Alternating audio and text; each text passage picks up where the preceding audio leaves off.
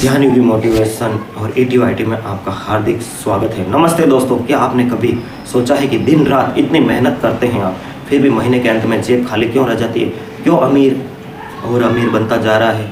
मैं आपको इस माया जाल के बारे में बता जा रहा हूँ जो दशकों से छुपाया गया है। यह वीडियो सिर्फ पैसे की कहानी नहीं है, बल्कि उस अदृश्य गुलामी की सच्चाई है जिसमें हम सब फंसे हुए हैं। वीडियो का एक एक शब्द ध्यान से सुनिए, क्योंकि इसके बाद दुनिया को देखने का आपका नज़रिया हमेशा के लिए बदल जाएगा। मैं हूँ योगी, आप देख रहे हैं ETYT ध्यान योगी मोटिवेशन। हवा में पैसा बनाना। वीडियो में बताया गया है कैसे बैंक बिना किसी असली सोने के सिर्फ कागज़ की रसीदें छापकर हवा में पैसा बनाते हैं। डिजिटल क्रांति क्या है? क्या आपको लगता है कि सिस्टम ईमानदारी पर आधारित है? यह दुनिया का सबसे बड़ा धोखा है। महंगाई का असली सच क्या है? क्या आप जानते हैं कि महंगाई कोई प्राकृतिक चीज़ नहीं, बल्कि एक छिपा हुआ टैक्स है जो आपकी मेहनत की कमाई कीमत कम कर देता है। मेहनत की कमाई की कीमत को कम कर देता है। आपकी नज़र में इससे बचने और सबसे सुरक्षित रखने का तरीका है सोना, जमीन या कुछ और। नेता और बैंकरों का कनेक्शन। इतिहास गवाह है कि जब भी किसी नेता अब्राहम लिंकन, एंड्रयू जैक्सन ने इस प्राइवेट बैंकरों के सिस्टम को चुनौती दी, उनके साथ क्या हुआ? क्या आपको लगता है कि आज भी सरकारें इन बैंकरों के नियंत्रण में काम कर रही है? तो पूरी वीडियो देखने के लिए अभी सब्सक्राइब करें, जो आपका हौसला उड़ा देगी। डिस्क्रिप्शन में लिंक है, अभी देखिए और ज़्यादा से ज़्यादा शेयर कीजिए और कमेंट कीजिए। कार मित्रों, मैं हूँ योगी। ध्यान योगी मोटिवेशन में आपका हार्दिक स्वागत है। सेंट्रल बैंकिंग का इतिहास। आज हम बात करेंगे history of central banking and the investment of mankind by Stephen Goodbook के बारे में। क्या आपने कभी सोचा है कि आप इतनी मेहनत क्यों करते हैं, फिर भी महीने के अंत में आपके हाथ खाली क्यों रह जाते हैं? इतनी मेहनत के बाद भी क्यों अमीर और अमीर होता जा रहा है और गरीब और गरीब और गरीब? मैं आपको गारंटी देता हूं, इस वीडियो को देखने के बाद और सुनने के बाद आप दुनिया को, पैसे को और अपनी खुद की आर्थिक स्थिति को बिल्कुल एक नई नजर से देखेंगे। आपकी जिंदगी पहले जैसी नहीं रहेगी। यह एक साहसिक दावा है, लेकिन यह एक सच है जिसे आपसे दशकों से छुपाया गया है। अगर आप लगातार अधिक होती महंगाई, कभी ना खत्म होने वाले कर्ज और इस एहसास से जूझ रहे हैं कि कोई अदृश्य ताकत आपके जीवन को नियंत्रित कर रही है, तो आप अकेले नहीं हैं।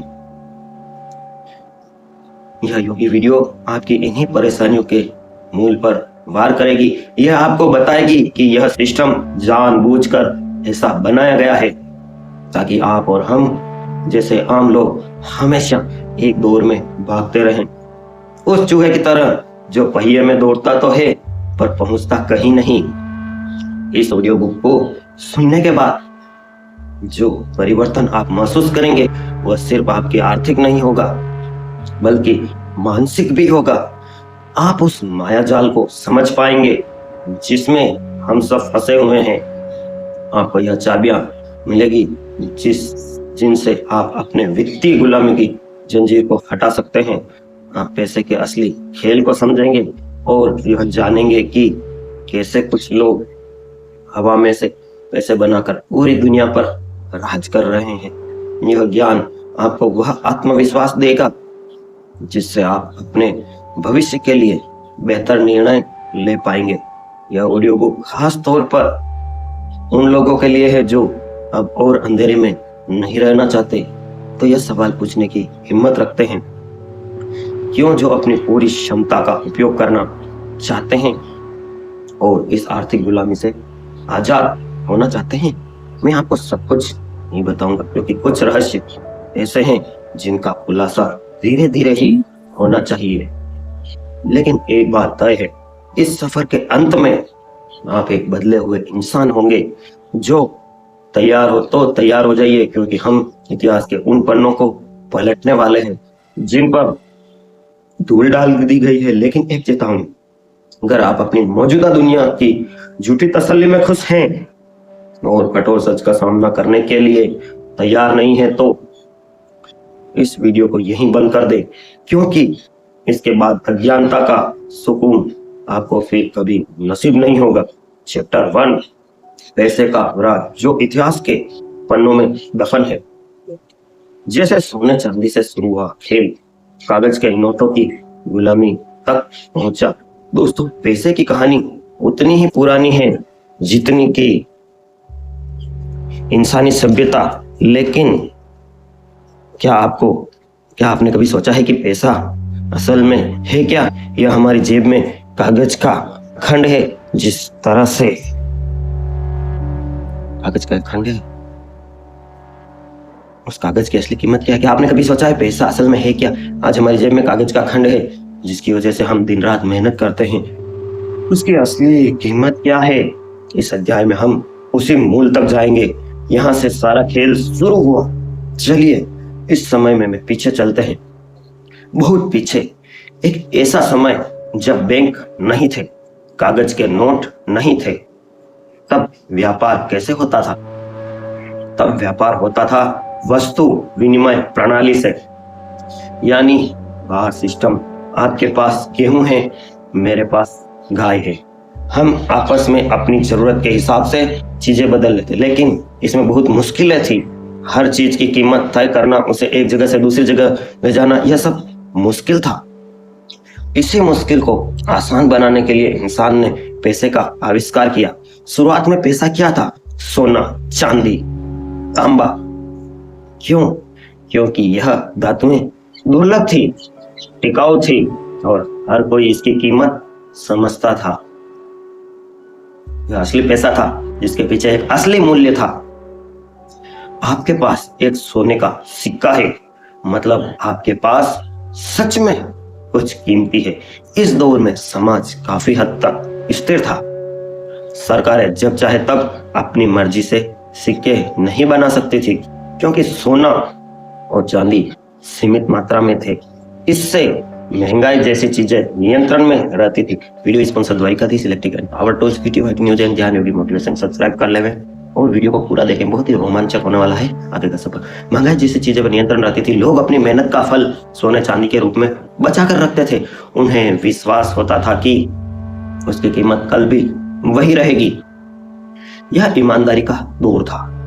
लेकिन दोस्तों, जहां भी पैसा होता है वहां लालच अपनी जगह बना ही लेता है। कुछ चालाक लोगों ने इस सिस्टम में एक खामी खोज निकाली। यह थे सुनार या जमींदार, जिसमें गोल्ड स्मिथ कहा जाता है। लोग अपनी सुरक्षा के लिए अपना सोना इन गोल्ड स्मिथ के पास रखवाते थे और बदले में रसीद लेते थे। धीरे धीरे लोगों ने सोना निकालने और देने के बजाय सीधे उन रसीदों से लेन देन शुरू कर दिया, क्योंकि यह ज्यादा आसान था। यह कागज की रसीद अब सोने की तरह काम कर रही थी। यहीं से यह खेल शुरू हुआ जिसमें आज पूरी दुनिया को अपनी चपेट में ले लिया। उन जमींदारों ने एक बहुत चालाकी भरी बात नोटिस की। उन्होंने देखा कि सारे लोग एक ही समय पर अपना सोना वापस लेने कभी नहीं आते। ज्यादा से ज्यादा 10% लोग ही एक बार अपना सोना मांगते हैं। तो उन्होंने क्या किया? उन्होंने अपने पास रखे सोने से 10 गुना ज्यादा की नकली रसीदें छापनी शुरू कर दी और उन्हें लोगों को कर्ज पर देना शुरू कर दिया, और उस कर्ज पर वह ब्याज भी वसूलते थे। सोचिए, वह हवा में से पैसा बना रहे थे। उनके पास सोना था ही नहीं, बस कागज की रसीदें थी।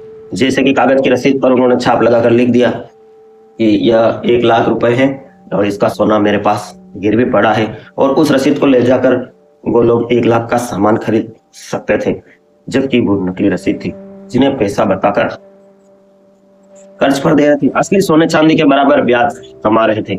इसे कहते हैं फ्रैक्शन रिजर्व बैंकिंग, और यही आज के मॉडर्न बैंकिंग सिस्टम की नींव है।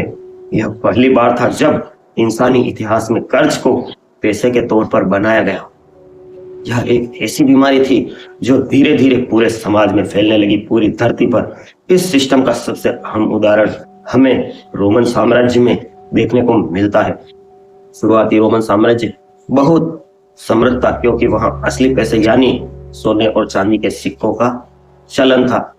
सरकारें ईमानदार थी, लेकिन फिर वहां से सूदखोरों का एक वर्ग पैदा हुआ जो लोगों को भारी ब्याज पर कर्ज देने लगा। धीरे धीरे जमीनें और जायदादें किसानों के हाथ से निकलकर इन सूदखोरों के हाथ में आने लगी। समाज में अमीर और गरीब के बीच की खाई बहुत तेजी से विशाल होने लगी। एक तरफ मुट्ठी भर लोग थे जिनके पास देश की सारी दौलत थी, और दूसरी तरफ विशाल आबादी थी जो कर्ज में डूबी हुई थी। नतीजा क्या हुआ? रोमन साम्राज्य अंदर से खोखला हो गया, उनकी आर्थिक ताकत खत्म हो गई और अंत में वह ढह गया। जूलियस सीजर जैसे कुछ शासकों ने इस सिस्टम को बदलने की कोशिश की। उन्होंने सरकार को पैसा छापने का अधिकार वापस दिलाया और सूदखोरों पर लगाम लगाई। लेकिन इतिहास गवाह है, जब भी किसी ने इस बैंकिंग सिस्टम को चुनौती दी, उसका अंत अच्छा नहीं हुआ। यही कहानी बार बार दोहराई गई। जब भी किसी साम्राज्य में ईमानदारी का पैसा यानी सोने चांदी पर आधारित मुद्रा रही, वहां समृद्धि आई, और जब भी किसी समाज पर सूदखोरों और कर्ज पर आधारित कागजी मुद्रा का कब्जा हुआ, वो समाज बर्बाद हो गया। यह सिर्फ एक संयोग नहीं है दोस्तों, यह एक सोचा समझा पैटर्न है। यह अध्याय हमें यह सिखाता है कि आज हम जिस पैसे को सब कुछ समझते हैं, भगवान समझते हैं, वह असल में एक धोखा है। यह कर्ज पर आधारित है। हर एक नोट जो बनता है वह किसी न किसी के ऊपर कर्ज के रूप में आता है। यह एक ऐसा जाल है जिसमें एक बार फंसने के बाद निकलना लगभग नामुमकिन है। लेकिन यह तो बस शुरुआत है।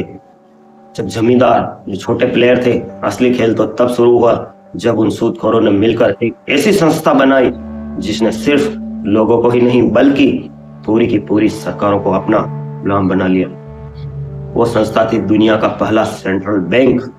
कैसे इंग्लैंड में इस बैंक की स्थापना हुई और कैसे उसने एक दूसरे साम्राज्य को अपने घुटनों पर ला दिया, यह कहानी आपके होश उड़ा देगी और इसे हम जानेंगे अगले अध्याय में। चैप्टर 2, कैसे एक प्राइवेट बैंक ने पूरे देश का अपना गुलाम बना लिया। बैंक ऑफ इंग्लैंड की अनसुनी कहानी।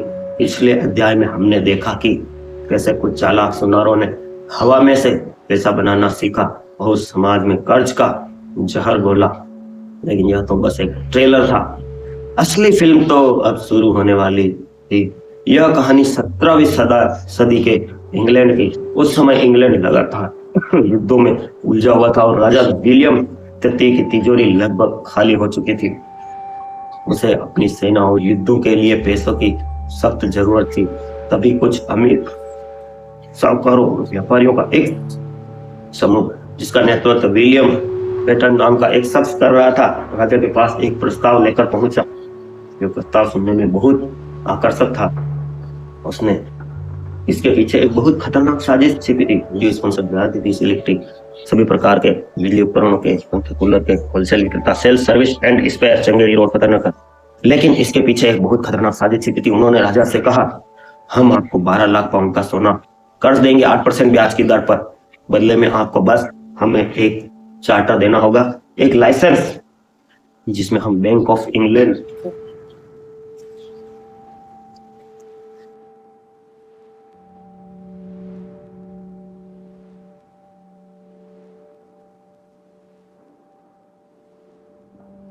ध्यान योगी मोटिवेशन यूट्यूब चैनल सब्सक्राइब करें। हाँ बिल्कुल, इसे शेयर करें ताकि हर कोई इन वीडियो से शांति और सुकून पा सके। हाँ बिल्कुल। फिर से आपका स्वागत है मित्रों। बदले में आपको बस हमें एक चार्टर देना होगा, एक लाइसेंस, जिसमें हम बैंक ऑफ इंग्लैंड नाम का एक बैंक स्थापित कर सके। राजा को पैसे की इतनी जरूरत थी कि उसने इस प्रस्ताव की गहराई को समझे बिना इसे मान लिया। साल था 94। इसी साल के बैंक ऑफ इंग्लैंड की स्थापना हुई। अब आप सोच रहे होंगे कि इसमें गलत क्या है, एक बैंक ही तो बना था। नहीं दोस्त, यह कोई आम बैंक नहीं था। यह एक प्राइवेट बैंक था जिसके मालिक वही साहूकार थे। लेकिन इसे बैंक ऑफ इंग्लैंड नाम इसलिए दिया गया ताकि आम जनता को लगे कि यह सरकार का बैंक है। इस बैंक का एक ऐसी शक्ति दी गई जो इससे पहले इतिहास में किसी प्राइवेट संस्था को नहीं दी गई थी। उसे इंग्लैंड की सरकार के लिए नोट छापने का अधिकार मिल गया। जरा इस बात की गहराई को समझिए। अब देश की मुद्रा पर सरकार का नहीं बल्कि कुछ प्राइवेट लोगों का नियंत्रण था।